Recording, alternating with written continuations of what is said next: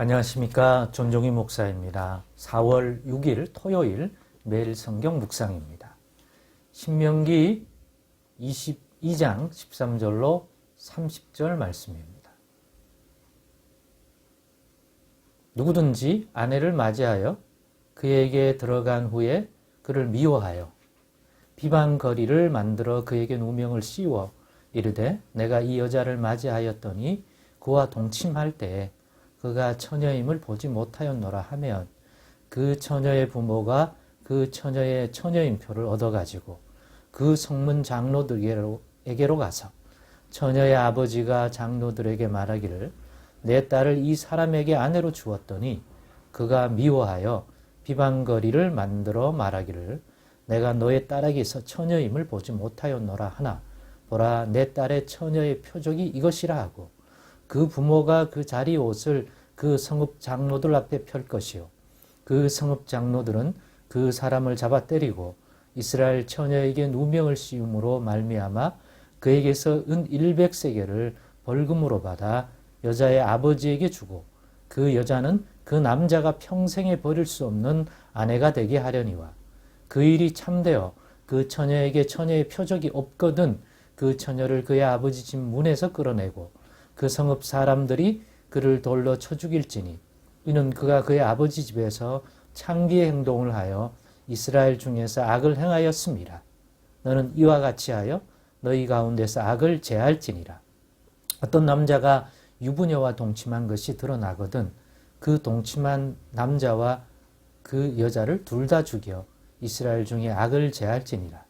처녀인 여자가 남자와 약한 후에 어떤 남자가 그를 성읍 중에서 만나 동침하면 너희는 그들을 둘 다 성읍문으로 끌어내고 그들을 돌로 쳐 죽일 것이니 그 처녀는 성 안에 있으면서도 소리 지르지 아니하였으며 그 남자는 그 이웃의 아내를 욕보였음이라. 너는 이같이 하여 너희 가운데에서 악을 제할지니라. 만일 남자가 어떤 약혼한 처녀를 들에서 만나서 강간하였으면 그 강간한 남자만 죽일 것이요 처녀에게는 아무것도 행하지 말 것은 처녀에게는 죽일 죄가 없습니다. 이 일은 사람이 일어나 그 이웃을 쳐 죽인 것과 같은 것이라. 남자가 처녀를 들에서 만나 까닭에 그 약혼한 처녀가 소리질러도 구원할 자가 없었음이니라. 만일 남자가 약혼하지 아니한 처녀를 만나 그를 붙들고 동침하는 중에 그 두 사람이 발견되면 그 동침한 남자는 그 처녀의 아버지에게 은 50세겔을 주고 그 처녀를 아내로 삼을 것이라. 그가 그 처녀를 욕보였은즉 평생에 그를 버리지 못하리라. 사람이 그의 아버지의 아내를 취하여 아버지의 하체를 드러내지 말지니라. 아멘. 네, 오늘은 남녀의 성관계는 부부 사이에 이루어져야 할 순결한 것이다 라는 제목으로 묵상 나눔을 갖겠습니다. 오늘 본문의 이 모세를 통하여 이스라엘 백성에게 약속하신 땅에 들어가 살아가게 될 하나님이 주신 땅에서 살게 될 하나님의 백성에게 주신 그들의 삶의 이 규례와 법도의 내용 중에 오늘 본문은 부부 간에 이루어져야 할 또 발생하게 될 부부 아니면 부부가 될 거라고 정혼하고 약혼한 사이의 남녀 간에 지켜져야 할 이러한 성관계와 관련하여 발생하는 문제들을 다루고 있습니다. 그걸 보니 또 그것과 관련되어 발생한 어떤 문제에 대하여 물론 디테일하게 말할 수 있지만 그냥 전체적으로 봤으면 좋겠습니다. 발생하는 문제를 어떻게 다루어야 하는지를 아주 세세하게 다루고 있습니다.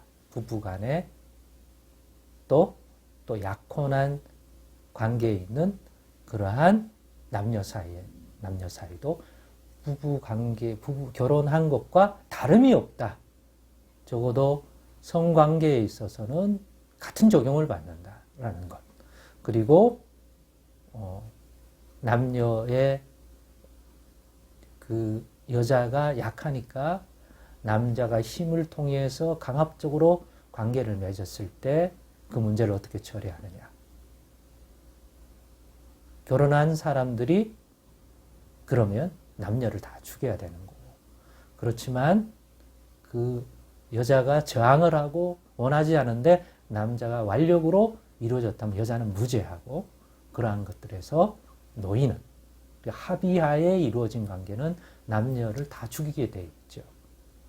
그리고 남편이 여자가 마음에 안 든다고 여자를 버릴 명분으로서 자기가 결혼을 하고 관계를 맺을 때 이 아내 된 여자가 이미 처녀가 아니더라. 이미 어떤 남자를 알고 있더라.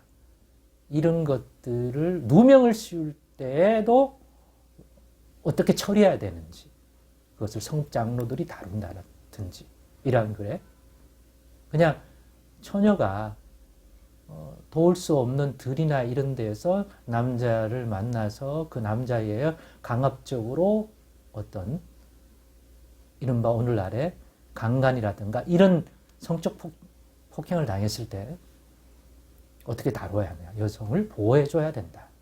소리를 질러도 도울 자가 없었기 때문에 그런 경우에는 여자는 무죄하게 되는 거고, 또 그 여자가 만약 약혼이라든가 결혼의 관계에 없는 그러한 처녀라면 그 남자가 보상금 줘야 되고, 또 이 당시의 문화적인 배경 안에서는 끝까지 아내로 삼아야 되고 그 일로 인하여 버릴 수 없다는 규례까지 오늘 내용이 갖고 있습니다.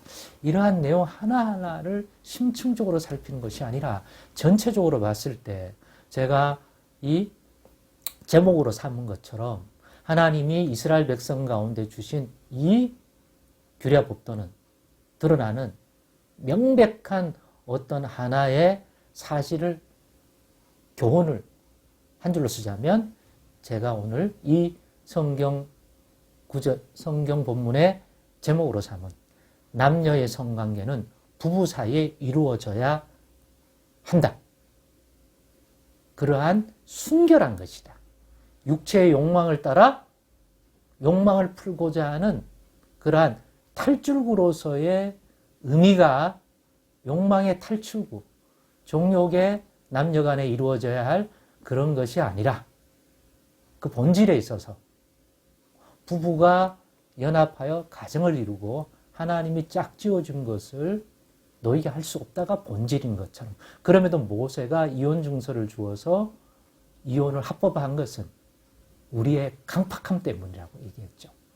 그렇게 했을 때 오히려 부부관계를 통해서 더 어려운 지옥 같은 삶을 사느니 어쩔 수 없이 이 악한 세상에서 이러한 경우는 합법적으로 이혼을 한 것처럼, 또 이러한 유두리가 또 현실 세계에서는 발생할 수 있지만 본질에 있어서 우리는 이걸 추구해야 합니다. 이 세상이 얼마나 성적으로 구별이 안 된 세상입니까?